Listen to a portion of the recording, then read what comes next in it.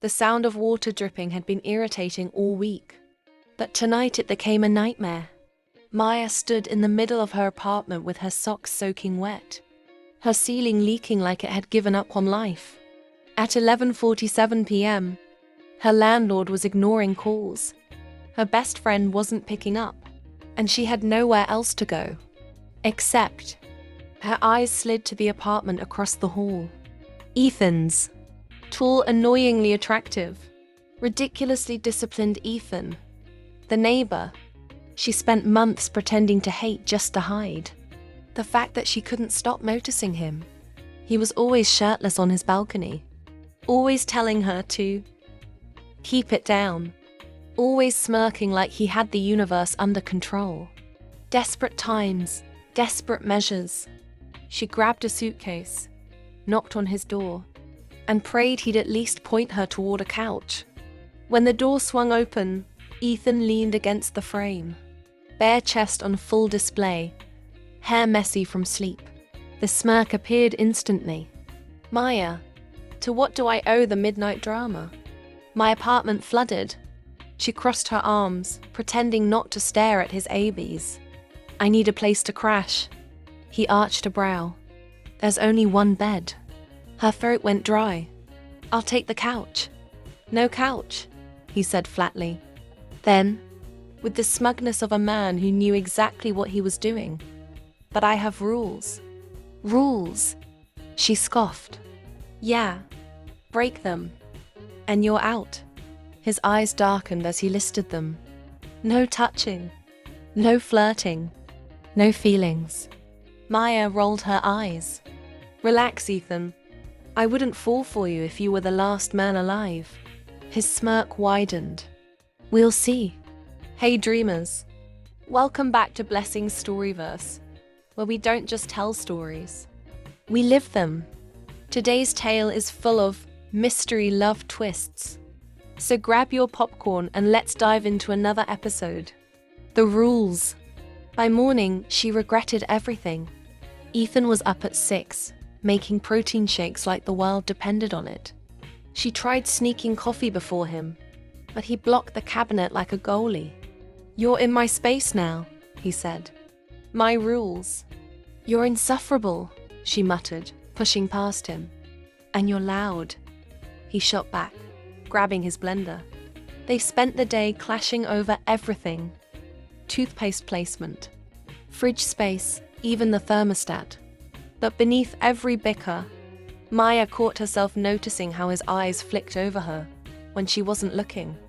And worse, she liked it. Close quarters. By night, the tension grew unbearable. The bed was too small, the blanket too thin, and Ethan was way too warm. Stop hogging it, he hissed, yanking the blanket back. Stop breathing like you're auditioning for Darth Vader, she snapped. Unbelievable, he muttered, rolling away. But then, at 2 a.m., Maya turned and found him right there. His face inches from hers. His eyes were closed. His breathing steady. But her heart raced like she'd run a marathon. One wrong move and the rules would shatter. The slip. The next evening, the power went out. Maya, fumbling in the dark, tripped straight into Ethan's arms. His hand steadied her, lingering at her waist. Careful, he murmured, voice low, rough. For a heartbeat too long, neither of them moved. Her body leaned into his like it belonged there. His eyes flicked to her lips. And then he dropped his hands and stepped back. Rule number 1, he said tightly. No touching. But his voice cracked, and Maya caught the betrayal in his gaze. By the weekend, the tension was unbearable. One small argument over dishes exploded. You're impossible, Maya shouted, throwing the sponge at the sink. And you're dangerous, Ethan growled, stepping closer. For what?